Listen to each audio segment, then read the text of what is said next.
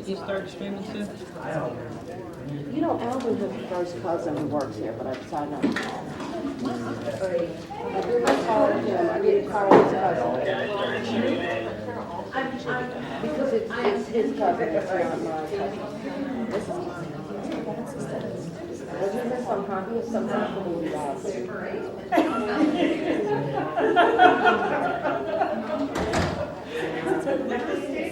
And then his cousin knows Obama. How do you know Obama? But it's because Obama was the senator. We're here for like.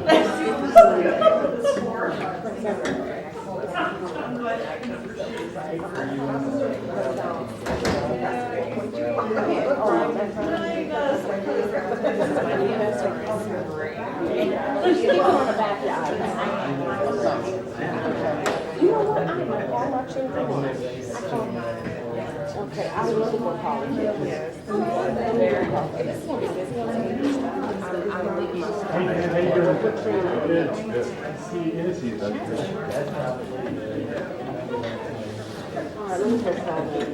whatever I have to do. Click on the screen underneath.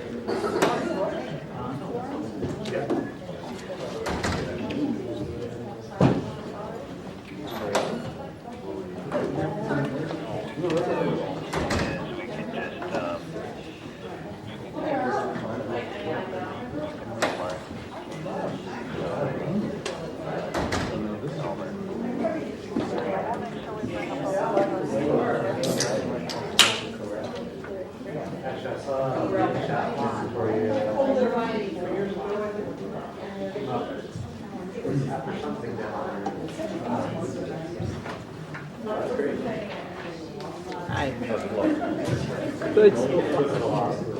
We went out for dinner and then we drove around campus and looked at the map and something. That's as close as it got.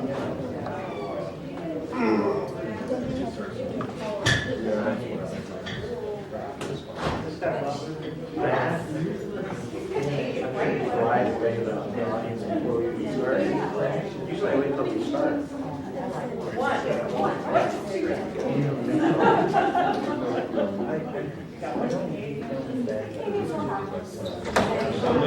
We've got difficulty actually in our process we're not allowed to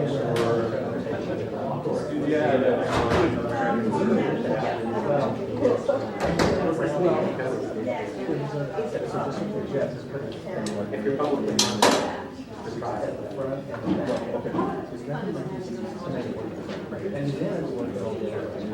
Mind your way?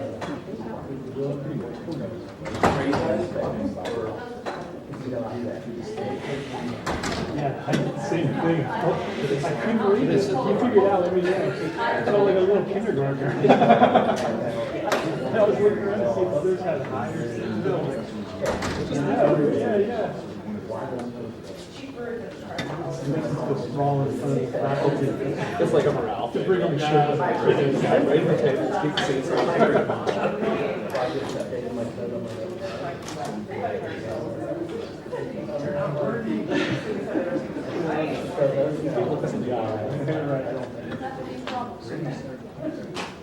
Not giving you money, dude.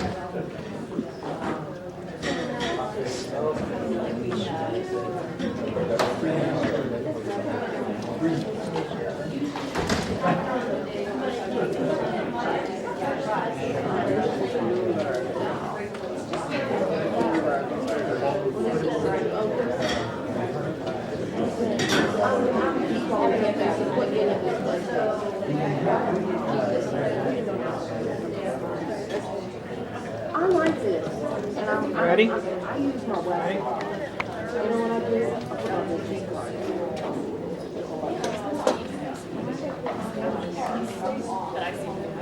All right, let's get started. Can you all hear me all right?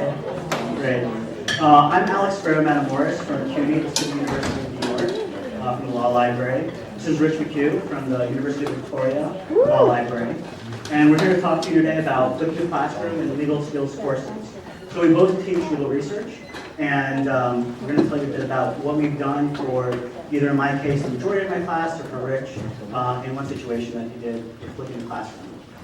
First things first, I want to ask how many of you here are faculty or instructors? How many of you here actually teach? Wow, great, great. Who's flipped a class before?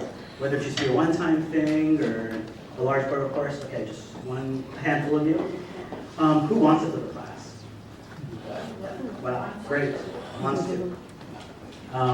Who's on the fence about flipping? Maybe thinks about it, but isn't sure whether they actually want to do it. A few of you. Okay. And who in your job, one aspect of your role might be to sell flipping to faculty? So who works with faculty as like an instructional technologist, or that kind of situation? So a few of you. Okay, that's good. So hopefully by the end of this time, for those of you who are doing the selling, we'll have a bit of a few pitch points for you to share. So with that, I'm going to tell you a little bit about what I do. I teach legal research. I teach 1Ls in a 2-credit fall course, so I get them right into law school. And traditionally, legal research is taught as lecturing for the most part, and then some demonstrations of things like Westlaw, Lexis, or how to do print research, or whatnot, for the remainder of the class. I'd say when I was in a 2-hour class, I'd probably traditionally do a little over an hour, maybe an hour 15 of lecturing, the rest demonstration. So that's a lot of lecturing about legal research. And legal research is pretty boring to lecture about. Trust me with that. What I found myself doing is teaching to the middle. So I knew that there were some students who really grasped the material quickly, really did well in the course, but I had to teach to the entire class. So teach towards the average student. And there were also some students who weren't doing very well with the material, some of the remedial students, you could say. So they were getting lost in the material, and instead of raising their hands and asking me a question, they would just disconnect from what I was talking about within my lectures, get lost, retreat, and really not pay attention, which is a huge, even larger disadvantage to them because they're already struggling with the material as it is. So this is what things were like for me in my first 2 years of teaching before I flipped my class. And a couple things to point out about traditional skills development in any class, any kind of skills course. You have your component, your lecture component in the classroom, and then you send your students away with homework, where they're doing it by themselves without any guidance there. And what some of you may have found out if you get incomplete assignments turned back to you is that students get frustrated. They give up. It may be midnight, they're doing homework. These are 1L law students, they're doing homework at all crazy hours of the night. And I'm not there for them to email me, to stop by my office. I mean, I'm fast asleep at midnight. So they just give up and they turn in incomplete assignments, which is not what you want to see as an instructor.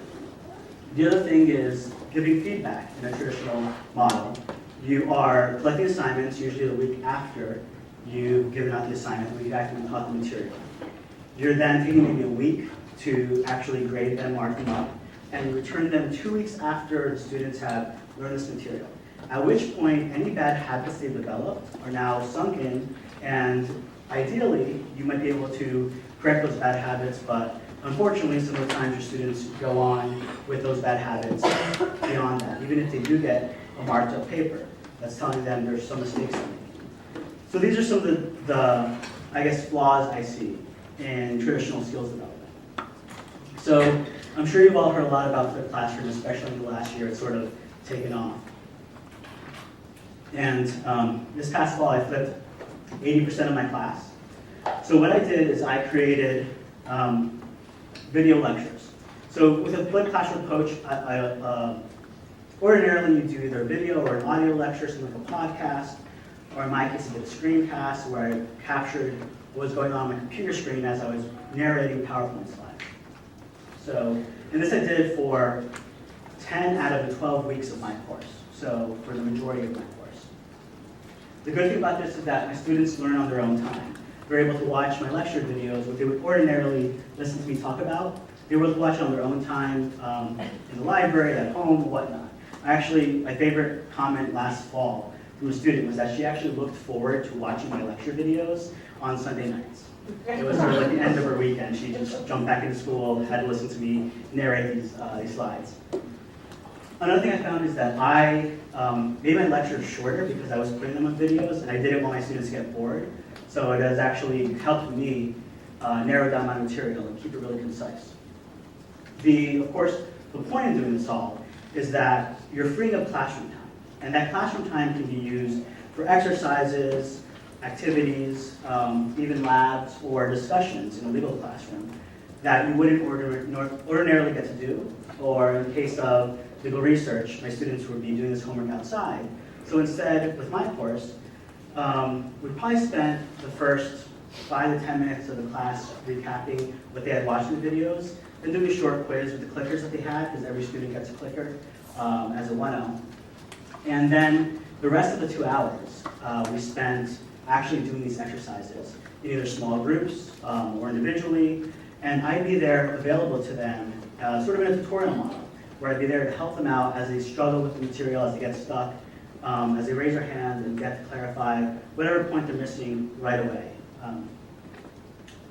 One thing I get asked often is, did my students, or did I get to cover the same amount of material in my semester? And most definitely, all the same material was covered. It was all covered there. It was great. And a lot of people feel like if you try this approach, you're going to end up having to drop stuff in order to make it work. You don't necessarily have to do that. Although you are creating a little bit more work for your students, but the way I see it is you're getting additional value out of that.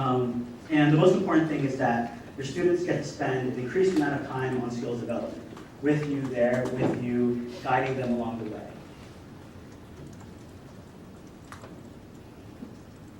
All right, so let me show you just a minute of a video that I did last fall, but I plugged it into TED-Ed, which is a flipped classroom delivery system, more or less, that I'm going to use this fall. So I used something different last fall, but this fall, myself and my entire department, we teach 7 different sections of legal research to the 1Ls, and we're all going to be using this, we're all going to be using TED-Ed. So first off, here's the video. I'm sorry, what are you saying it is? What, sorry? What's the name of the software? Oh, TED-Ed. So TED-Ed is a web-based platform that's been made available from the folks at TED, the folks doing the TED conferences, the TED Talks. And they created this web platform to allow instructors, or anyone really, to flip. At first the idea was a TED Talk, but they've allowed you to flip any YouTube video. And I put all my videos on YouTube as private links, so you can't search them in the search engine, but you can just embed a link and have it work in here, or just send someone a direct link to that location of that video, and they'll be able to jump into it. So what I did here is this video I uploaded to YouTube. I had my link for that, plugged it into the TED-Ed interface, and it just embedded it right away, and I'll show you a couple other things I did with it after showing you 1 minute of this. So this is the video my students would Our see. main focus this week is federal statutory research.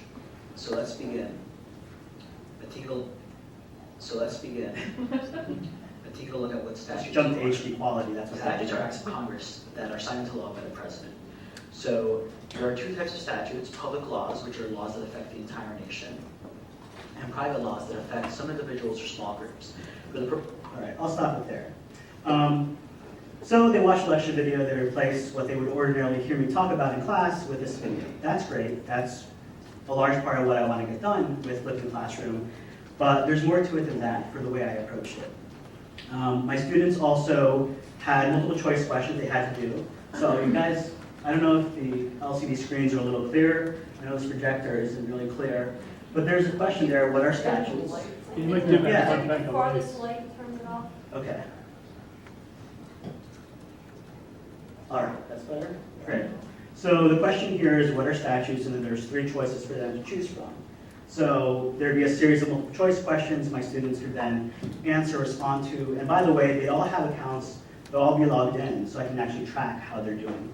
On top of that, I can provide additional resources for them to look at and then have discussions. So one very important thing about having a discussion is to find out the questions my students had about the lecture. What things was I not clear about, or were they not clear on? And I did this last fall, like I said. And the great thing about having this question to students about what they weren't clear about the lecture is that I was able to walk into class knowing what questions I was going to get, knowing the areas that my students were having a harder time understanding, and I was able to address those right away. And then of course I get additional questions during class, but right off the bat I was able to address them, and also in some cases I was able to just reply online to them, or send the class an email if it was something that a few students had questions about. And then there was also, in this instance, there is like a short answer question about unofficial codes. So they could then have to respond to this in addition to multiple choice questions. And having these questions is a great way to make sure your students watch the videos, do the work, because if you include this as 5% of your grade, if they're being graded on this, they will watch the videos, they will do the work with this. So that's just a quick intro to what I did in the fall. So now we're just going to tell you a bit about some success stories. Yes? Yeah. So when I sat down and talked to the University of Victoria faculty about using the flipped classroom pedagogy, one of the questions that came up was, you're doing this, but there's some anecdotal evidence that it works, but is there any empirical evidence that it works? And fortunately, the University of Illinois Physics Department flipped one of their large physics classes, first-year physics classes, a few years ago. And they kept the same final exam from their pre-flip and post-flip class. So they're able to really track quite closely how well the students were doing after the flip. And it turns out they did very well. So of the students who actually watched the videos and did the pre-class exercises, like Alex talked about, and because of the way their learning management system worked, they were able to tell who actually watched the videos. They could even tell who started the video and fast forward it to the end just to make it look like they watched. So those people were deemed to have not watched the videos. But of the A-level students coming into the class that watched the videos and did the exercises, they saw a 16% gain on their final exam mark, which is impressive. The B-level students 18% and the C-level 10%. Even if all of them only got 10%, I'd say that's pretty impressive. And in terms of their evaluation of the course once it was over, a much lower percentage stated that they felt that it was a difficult class. They felt like it was a more manageable class than it was before. Here's a diagram of the questions from the final exam. And you may not be able to see that very well, but on the upper left side, any data point up there means that was a question that the students scored higher on after the flip than before. Anything to the right and below, they scored lower on. And I actually talked to one of the researchers that did this. I asked him what this one question was down here. And he said they kept the final exam exactly the same, except when they flipped the class, they decided to omit one part of the course they didn't really feel added very much at the first year level. So they weren't instructed on that particular question, and they didn't do very well at it, which would make sense. But other than that, they did very well.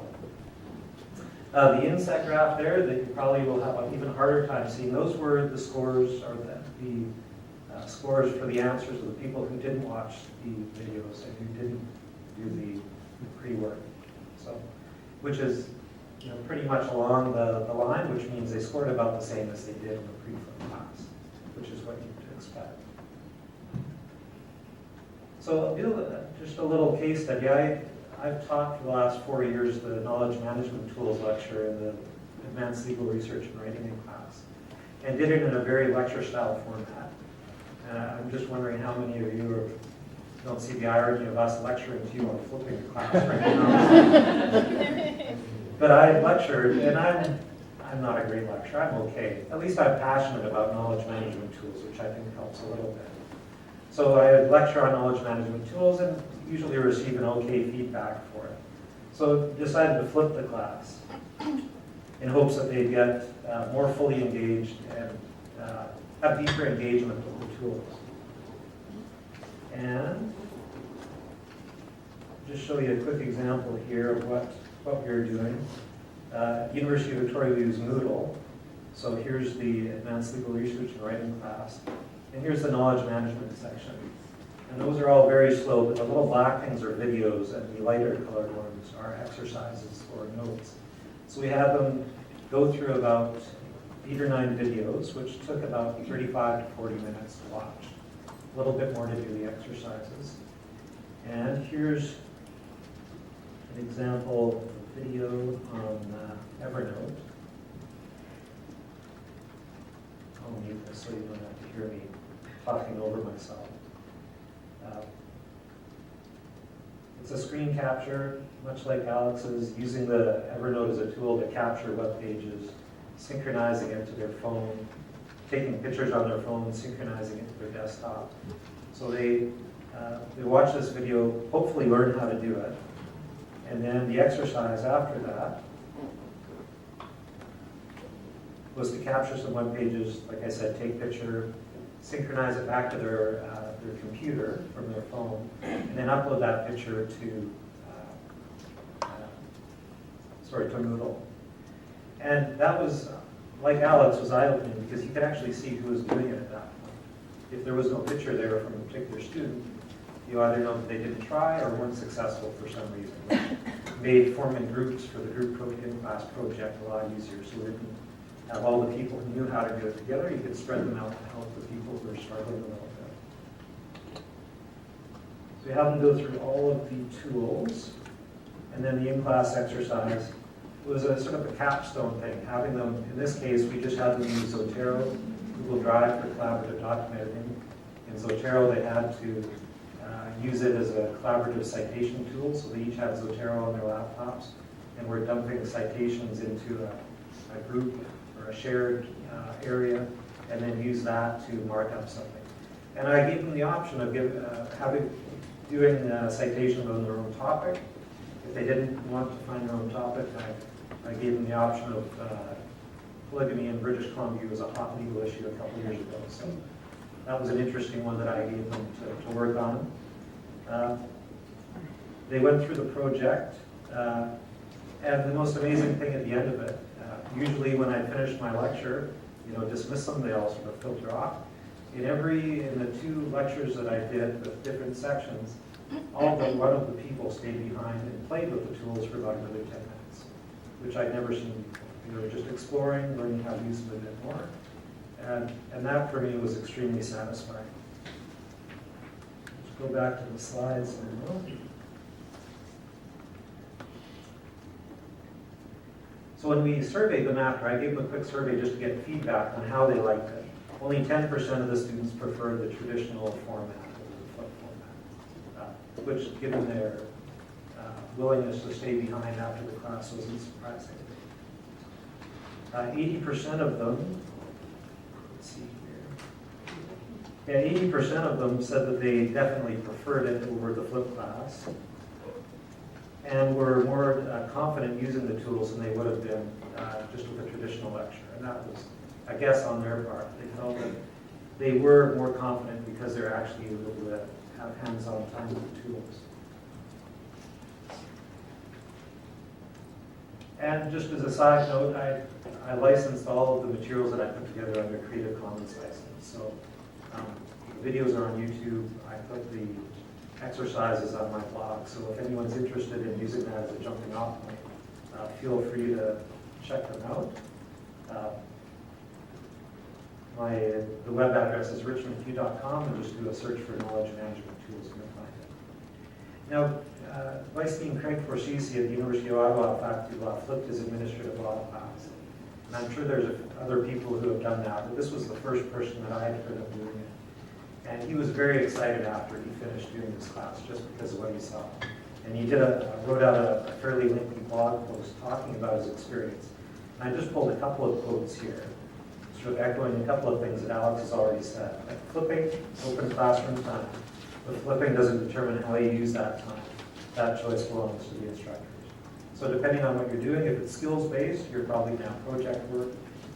Other areas, you're going to be having discussions or debates or something else. But you'll have time to help the students engage in more deep learning activities. I believe that students completing this course, meaning the admin law course, will be roughly 1 year ahead of the other students I've taught in their ability to grapple with basic real-world domain problems.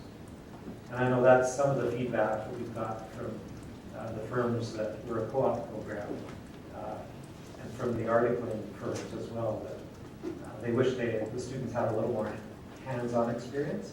And it sounds like the way that Craig did his class gave them a lot more hands-on experience with the domain, not just the theory. And then lastly from Craig, he says, so would I do it again? Yes. Will I expand it to other courses? Yes. Do I recommend it? In a heartbeat. Will it be everyone's cup of tea? No. Should it exist in every course? No. Is it a panacea to all that heals legal education? I'm sure he wishes it was, but of course not. But it's a brick in the larger edifice of reform. Back to Alex. Okay, so there we go. So now I'll talk a bit about, from my perspective, how I think flipping helps your students. And these are from observations I've seen, from things like the studies that Rich just mentioned. One thing about flipping the classroom is there really isn't that much concrete evidence out there about what benefits it may have.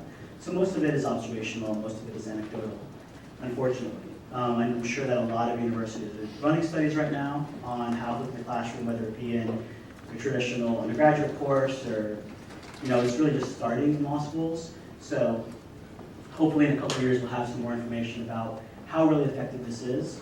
But here's just some observations about how I think it helps students.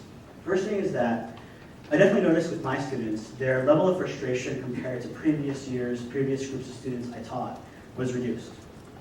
So again, legal research, really boring to listen to, really boring to teach. I bore myself sometimes when I'm lecturing, honestly. And so their frustration with that was reduced, and also their frustration with exercises. They didn't have to do any homework at home any longer, except for their final exam, really, on their own. So they always had me available. And as soon as there was a problem, as soon as there was a question, I was right there to help them out, to clarify it right away. Is that the main reason the frustration was reduced? Yes, from being able to answer the questions right away. Because The interaction in class. Yeah, the biggest source of their frustration was when they hit a question that they just couldn't work through. They just give up and feel like they didn't accomplish anything. There was definitely less boredom for my students just because I was talking less. So maybe in the first 5 or 10 minutes, sorry. Did the students work in groups or individually? That's a great question, and I'll get to that in a second. Okay. Yeah. So just because I was talking less in class, didn't have as much time to spend on GChat or shopping on Amazon or shopping for shoes or whatnot.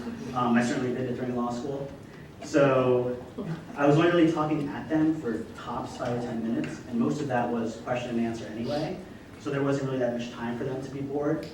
And when I was walking around the room, answering questions from small groups, so to answer your questions, mostly small groups, I walked past every table, I walked past every student's computer. And so really if they wanted to jump online and shop for something, they only had about as much time as it takes me to do a lap around the room. Because I'd be right back and I'd be looking at everyone's screen, of course, to see what they're working on. Another nice thing for students is that they're able to review the lecture material as many times as they want to, which for something like legal research is really helpful. There's so much minute detail going on. And if I say, as you all probably noticed, I talk really quickly, especially when I'm trying to rush through a lot of material in a short period of time. I talk incredibly quickly. So I do, once my students are used to that, I do that even more.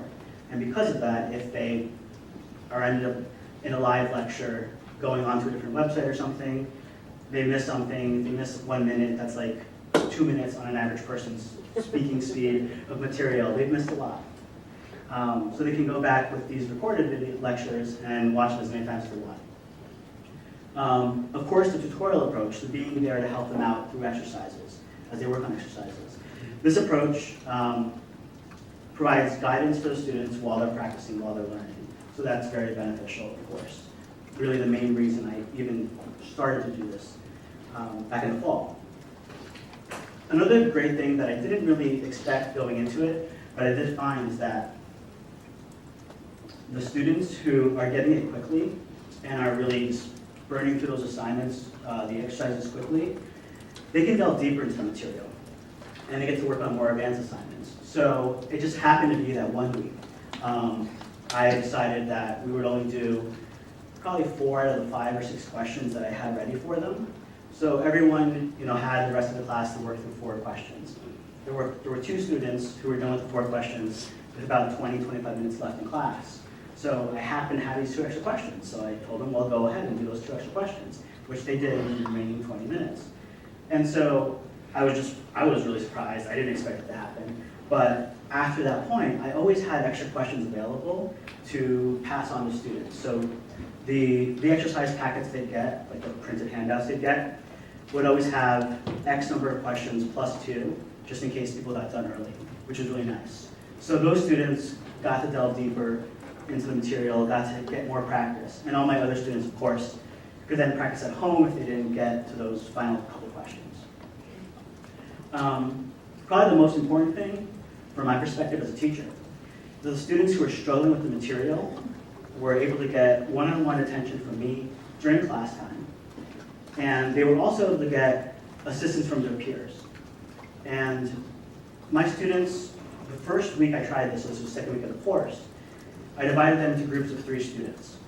And after that, so the 3rd week going on to the 11th week, I told them nothing about how they could work together. And I found that they just naturally worked in groups of 2 or 3 students. They wanted to work together, they were allowed to, so they could go right ahead and do it. And they just naturally went to that. So there were a few students who halfway through the semester I could tell were having a hard time. And it was great to see that their peers were trying to carry them along and help clarify things for them. And I also got to spend a lot of one-on-one time during class with that pocket of 2 students or that pocket of 3 students, because there was one person within that group who was having a harder time with the material. So that was really great. And the last big point is feedback. So I had mentioned before, the way I did it in the past and the way I imagine most people do it is there's an assignment, it's due in a week, their feedback is a week later. So 2 weeks have elapsed from the point people learn the material. In the case of looking at my class and having this tutorial structure for the in-class time, my students got immediate feedback. They worked through the assignments on their own, and I was there to be able to guide them so they knew whether they were doing it right or not. We tended to I tended to do a quick check-in as people moved from, say, question 1 to 2 to make sure that they actually got question 1 right before they moved on. And so I was able to straighten up any kind of situations where students were going down the wrong path with their research. And I was able to provide them that feedback immediately, so they would never develop bad habits because I was there to correct them right away. Other things I found is that, like I said before, students collaborated unless they're told not to. I was kind of surprised. I didn't really expect that. I mean, in law school, students are very focused on achieving, and so I thought maybe they just do their own assignments, stay quiet. Nope. It was great to see everyone collaborate for most of the class time. There's actually one instance where I just wanted to see how people were doing on their own. I didn't want, in case the person sitting next to them was helping them out, and so they weren't really getting it themselves. It was just sort of like the group was turning in an assignment all together. So I wanted to see how every single person was doing, just to have this marker. And I had everyone do that day's class work on their own.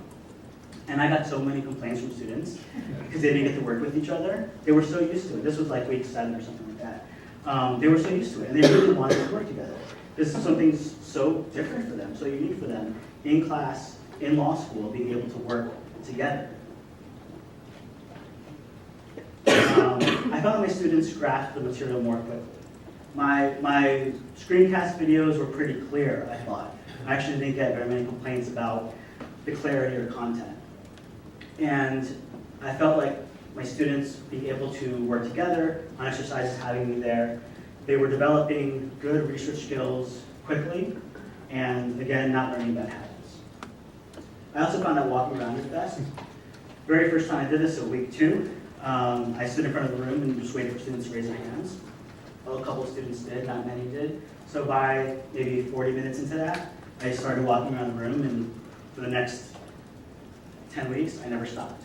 As soon as we got into that component of class, I was just doing laps around the room the entire time. So if you're wearing a pedometer, you're going to get lots and lots of steps in your 2 hours, that's for sure. But what I found is, as I walked past a group of 2 or 3 students, they may have not raised their hand when I was across the room, but as soon as I walked past, they'd call out, they'd grab me, they'd do whatever, get my attention, and then they'd pose their question then. So just passing by them was what they needed to be able to grab my attention. Very important for me as an instructor is that I got to know my students better. I was able to develop really great rapport with my students last fall because I got to spend a lot of time with them in discussion one-on-one with the material they were learning, or in small groups, 2-on-1, 3-on-1, whatnot. And I really feel like last fall, this was a group of students who I got to know the best out of this was the 5th class I taught. So out of the previous 4 was nothing compared to how well I got to know these students. Which for me is really important, especially since they're 1Ls. They know they can come back to me and ask me questions about research or about careers or whatnot for the rest of the time. And I get a lot more traffic in my office now than I used to because my students know me better. All right, so actually let's get down to nitty-gritty. One way to flip the classroom, probably the way most people think of, is screencasting, which is what I did. You saw my video there. And it's just capturing what's going on the computer screen as it's happening. It just takes whatever is on the computer screen and makes that into a video. There's a few different ways you can do this. There's a ton of different software options out there. I'm just going to mention a couple. Jing, I'm sure a few of you have heard of. Jing does short videos. It's a software available from TechSmith, who also makes the next software I'm talking about, Camtasia. But with Jing, the videos you capture, you put on their website, the website that they host. And I use Jing often for reference questions. If a student or a faculty member or an alum emails a reference question, instead of typing out a 2 or 3 paragraph answer, sometimes I'll just throw my headset on, walk them through something in 90 seconds, send them a link, they'll watch the video, they have their answer. I think you can download Jing, but you're limited to 5 minutes. That's it, yeah. Which is actually not a bad forced constraint, because if you break up your 60-minute lecture into smaller chunks, it's actually easier for them to review later on. If they come back, they don't have to scroll Skip through, yeah, sure. That's a really good point. What I used for my class was Camtasia Studio. And Camtasia is a leading screencasting software. It's has a fairly good number of editing features built into it. And for a higher level video editing software package, it's actually very easy to use.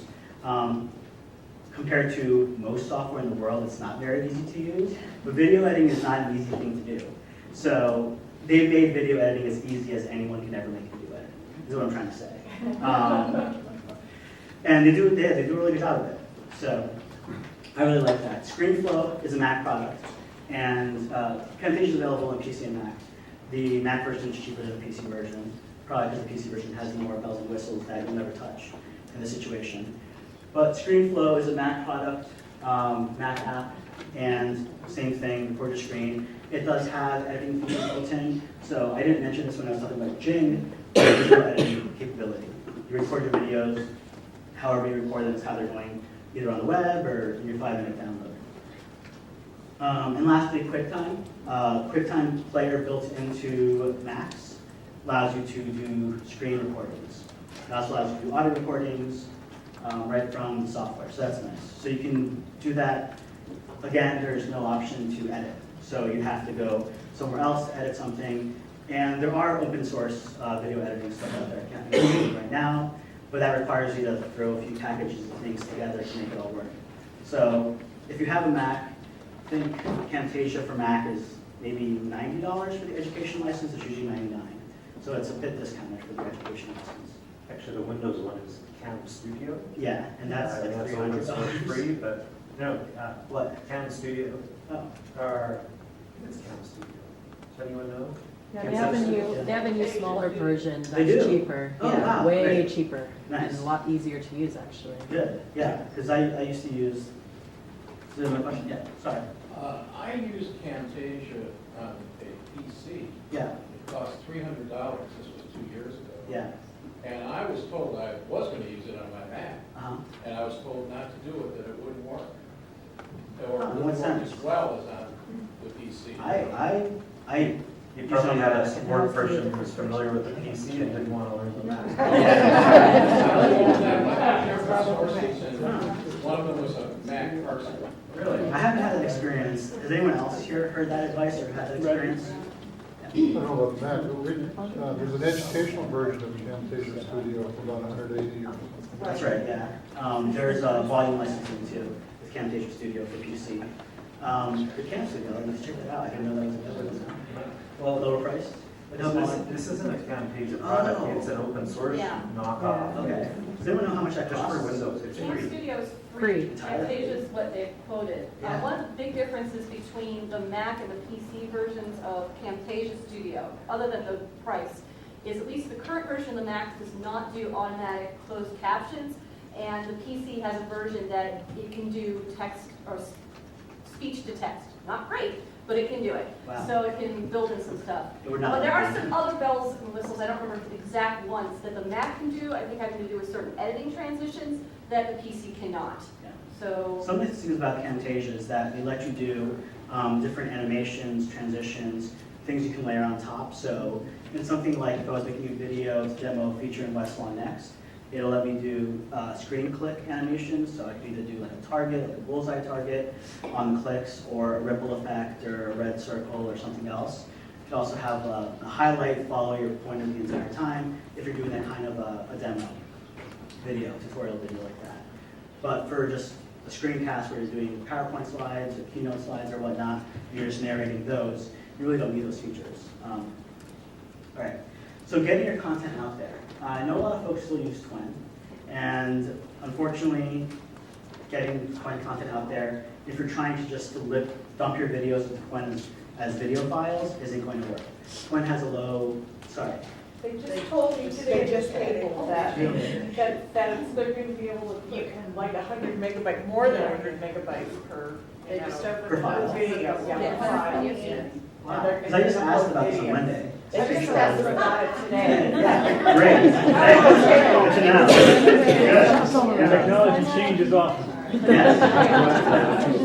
All right, so since you're up on this, do you know whether they're going to still limit the number of gigabytes they assign per law school? Because there's like a He school said cap. that there would still be a limit to the amount per school, but as I said to him, like we have 45 faculty, and maybe 3 of them Yeah.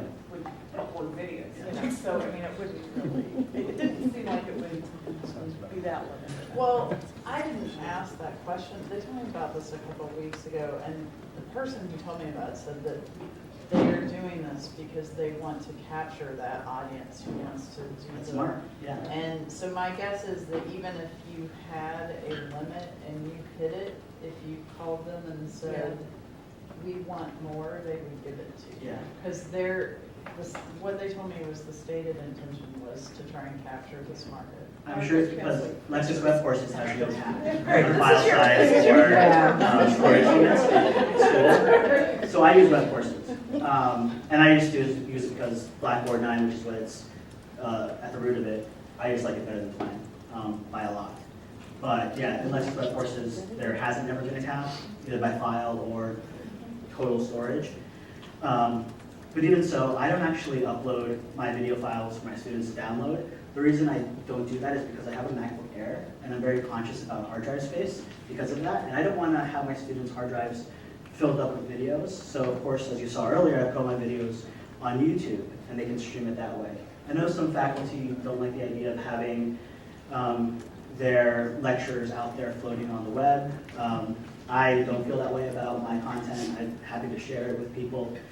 But an alternative, I guess, with Twin nowadays or Lexis, you can put it up as files for download. Yeah. Now, in regards to using web courses in YouTube, are you actually embedding the YouTube link in the Blackboard? Or are you actually using the the YouTube mashup feature? So what I do is, because I use the Catamize, which was a beta product last fall, but I'll be using TED this fall. So my students actually do most of this type of stuff, their flipped classroom stuff, in one of those two web-based platforms. So I don't put any of my videos right into Lexis.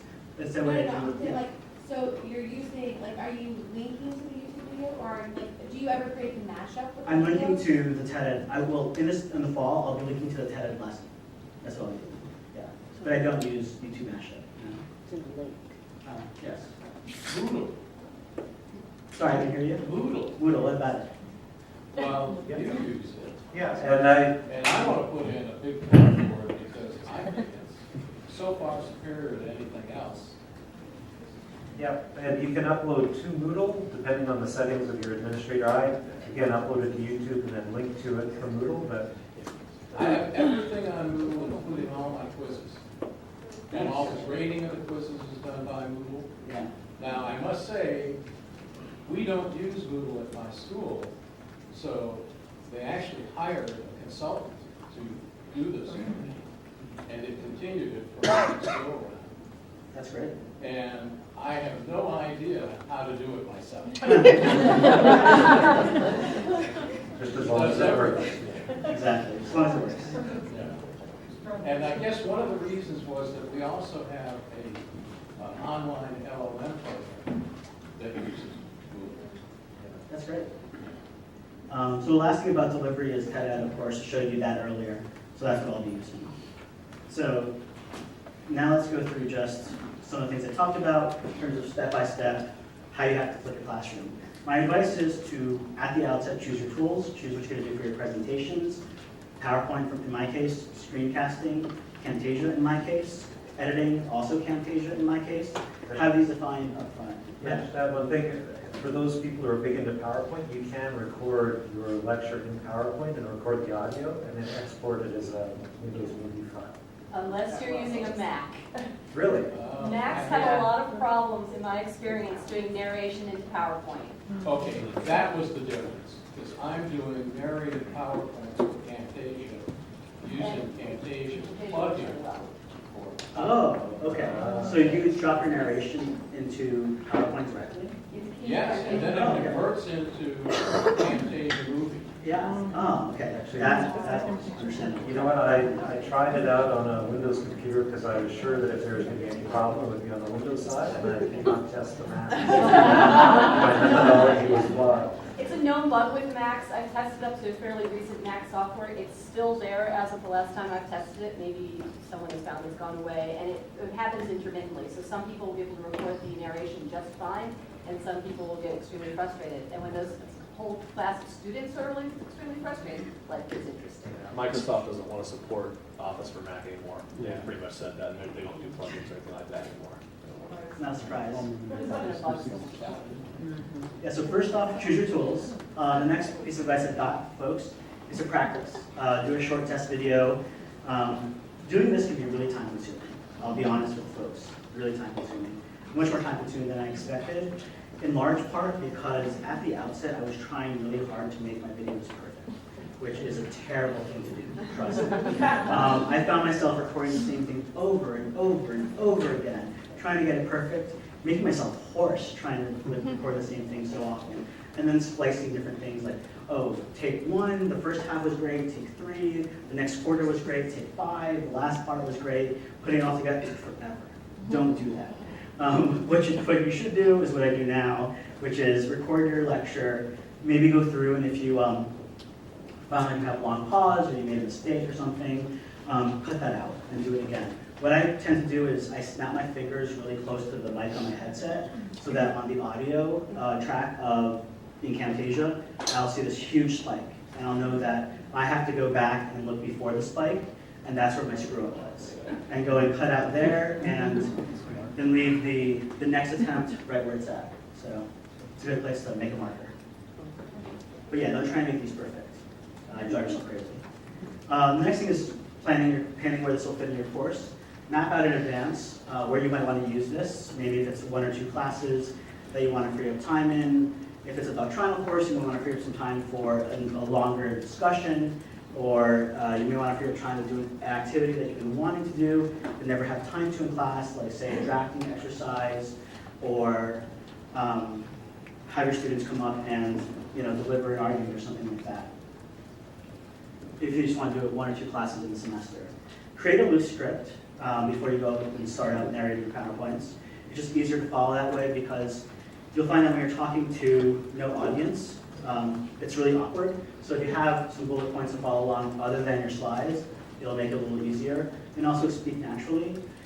It's really hard to get used to talking to a computer screen and not having any human beings there. So it takes some time. You end up feeling like you're talking to a computer screen and you're trying to like when you call an 800 number, you have to talk through all the prompts. You end up not talking naturally. So don't do that. Try and speak naturally if you record these videos. As I said before, it's not going to be perfect, so be conservative in your editing. And then last step is, of course, publish it, get it out there somehow. So those are my steps to this. Other ways to flip, like Rich mentioned, embedding audio into PowerPoint. You can also just do audio only and then send your students your PowerPoint files and put them on Twin or web courses or whatnot and have an audio podcast for them to listen to. And you can just say next slide, whatever. If you just want to do a simple way with audio.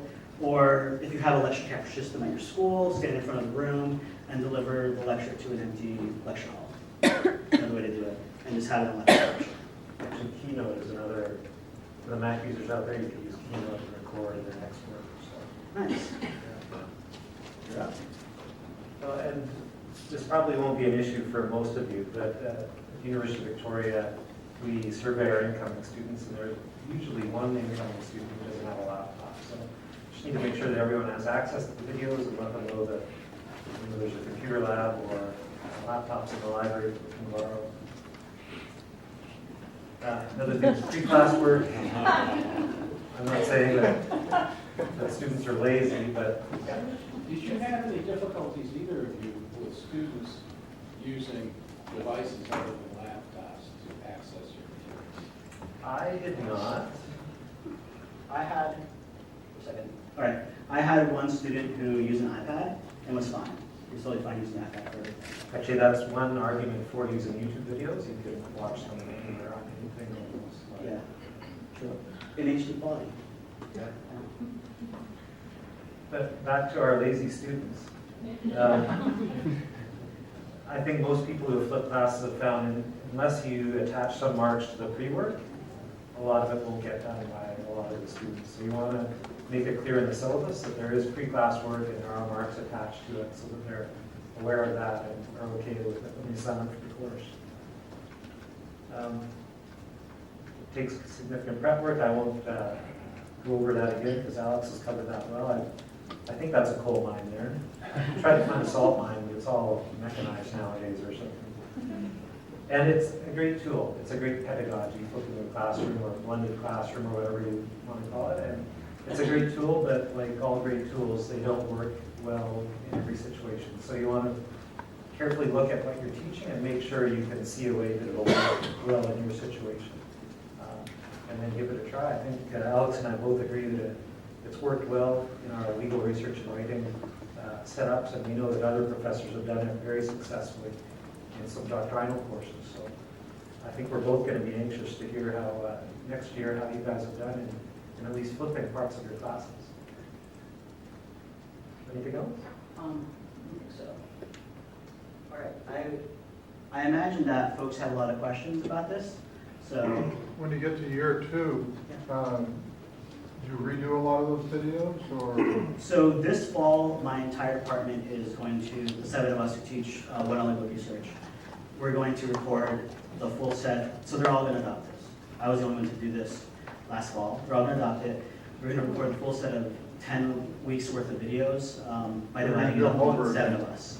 So I'm going to pick the ones that I did really well the first time around, and they can record the other ones that I didn't do so well the first time around. You're doing it over again. Yeah, we're doing it over again. But with something like legal research, one thing that I realized right away is that the lecture content that isn't going to change from year to year, I want to have as a video, and separate from that, demonstrations like in Westlaw Next or Lexis Advanced that will change over time, have those separate so you don't have to separate them later on.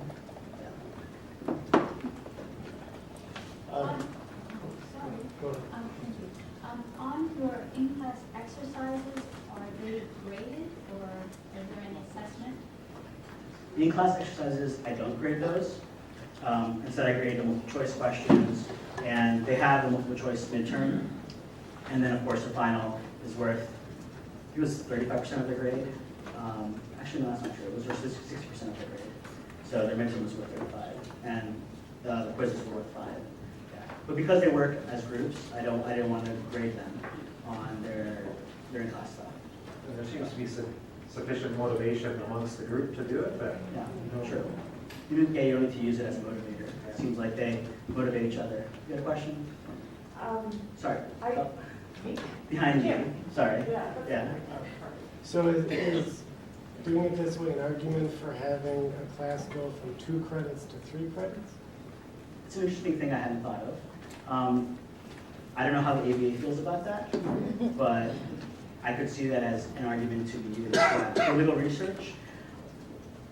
In the fall, I did create more work for my students because they had to do the readings, watch these videos, and then ended up doing more exercises in class in the end than they would have otherwise. But I feel like it was a great trade-off for them. In other courses where you're maybe a doctrinal course where 1 or 2 times in the semester you take out a lecture and you replace it by an entirely new activity, that is more work for your students, especially if they prep for it. But the way I see it is it's an additional value for your students. One thing that I forgot to mention is the class time was 80 minutes, and I reduced that to 50 minutes, just in recognition that they were going to be doing more work, and it was enough time to do what I was needing to do in my setup. Really? How are your institutions responding to this? Is there a lot of buzz on your campuses, or is there formal support through any academic affairs office or teaching learning office, or is there encouragement for faculty to continue doing more of what you're doing? So first thing is CUNY is a very decentralized university. CUNY is huge. I think there's 400,000 degree students each year throughout the entire city. And CUNY is just the City University of New York, so it's just the 5 boroughs. But because of that, it's really just the law school that I'm working with. I did a workshop 2 days ago for faculty, and it's summer. And I still managed to get 30-some out of our 54 faculty to show up, which was really surprising to me. Wow. I didn't expect the kind of turnout. Did you say 30? So, 30? sorry? Did you say 30? 30 out of 50. Wow.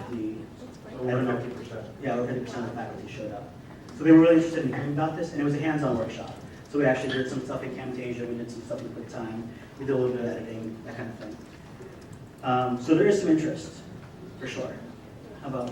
Yeah, and just 2 weeks ago, I talked to the law faculty and had about 50% there, and had a vigorous discussion at the end about the pedagogy. And again, we actually spent a surprising amount of time talking about what sorts of in-class exercises would be appropriate, and how much reading they're currently being assigned, and whether or not they're going to be able to handle doing additional lessons on that. So it was, they're thinking about it. It'll be interesting to see which ones approach me over the next few weeks to get some assistance.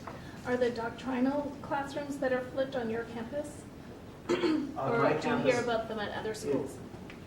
there are a few. The admin law course Yeah, that the admin law. Rich had talked about, yeah, some situation. And there's some of the University of Calgary, but it was a doctrinal class that we flipped. I've got to look it up. I've had an email exchange with them. But there have been a few, but I don't have a lot of details on those. Thank you. I've talked to a few doctrinal faculty, and it looks like some of them will flip at least 1 or 2 classes, or the lecture portion of 1 or 2 classes next academic year. Under quizzes, you give those at the beginning of each class? So in my situation, they do multiple choice questions right after they watch the video, or while they're watching the video. And then we also do a clicker quiz after our 5 or 10 minute recap at the beginning of class. And that clicker quiz is covering material from not just this week, but previous weeks as well. So it's a recap, like an overview, refresher. Yeah. Referring to the redoing the PowerPoint. Yeah. My class, which is a doctrinal class, the casebook came out with a new edition of But I have been recommended to do my coverage, including the creation of the PowerPoints themselves and my voice, making no reference to any page number. Good call. So, although I have to redo my narrative PowerPoints with a new edition, many of my existing ones I can use, so I don't have to redo them all. Great. You got a question, 2 seats over?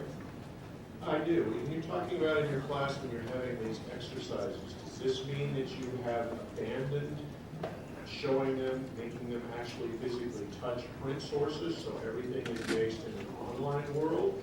And if not, how do you actually get the kinds of materials that potentially they might want to use? Very good question. In the course of the 12 weeks, we do 2 visits to the library, and we probably spend about 20, 25 minutes doing print exercises there, hands-on. But that's all the print we cover. So for the majority of the course, we do online only. And things we cover in print are secondary sources, codes, and digests. So a lot of it, but quickly. And this is also after they've done the online stuff, so they're familiar with it at that point. Other questions? One more, do you track the videos? Have some automatic notice to your grade book that they've actually watched one or started it? I don't have any kind of integrated grade book, like an online grade book, but I can see students going in, watching the videos, while I can see them answering questions. So I can see that they complete the quizzes. Yeah. I think Moodle, if you upload your videos to Moodle and not YouTube, you can track. I'm not sure if it'll catch the people who are just forwarding to the end and then watching the Yes, last it 10 does. It does? You can get all kinds of information. But at the very least, like Alex said, you can track for sure whether or not they're doing the quizzes, how they're answering. Other questions? Get out the snacks before everyone gets there. Yeah. Thanks for coming.